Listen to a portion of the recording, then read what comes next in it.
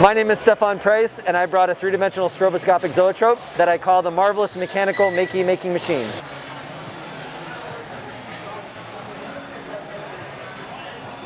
The three-dimensional stroboscopic zoetrope is a very complicated way of saying that is a variation off of the traditional zoetrope that was developed in the 1850s. And usually what people are familiar with is a drum with slits, and you usually put a paper two-dimensional animation inside, and as you spin it, you look through the slits and you can see the animation start to move.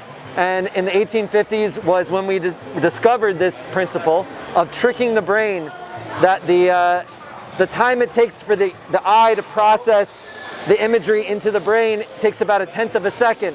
So we know if we can flash a series of successive images, one after another, faster than 1/10 of a second, we can start to create an illusion of motion. And that is the basis for every bit of media that we watch today, from animation and film to even the digital screens that we watch, are all based off of persistence of vision.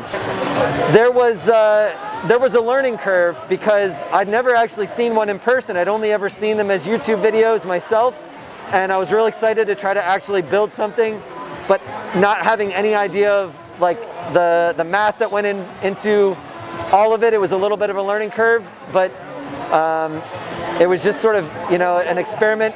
And I really see this as version kind of, 0.0 in my progression of building zoetropes. And I've built a couple more since then that are all still kind of working up to what I hope will be the kind of ultimate expression of everything I've learned from building three-dimensional stroboscopic zoetropes. I cut things by hand. We did laser cutting for a lot of the parts. We did some 3D modeling and 3D printing for the arms and the legs. The head was a ping pong ball that I filled with resin, drilled out the eye holes, made a mold out of silicone. All the parts were molded in silicone and I cast them out of resin. With the exception of the body, we just didn't have the time. We were in a major crunch to get it done before Maker Faire. We had only had the idea just a few weeks before.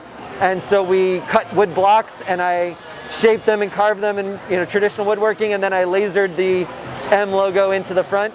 And so we used a little bit of traditional, a little bit of digital fabrication, and a little bit of just getting it done as fast as we can. I figured I'd kind of play with the idea that it's a Makey-inspired zoetrope, so I called it the Maker Trope. And makertropes.com, I'm starting to try to put some information about how we built it, and all of the kind of details of the science behind it are slowly getting uploaded when I've got time.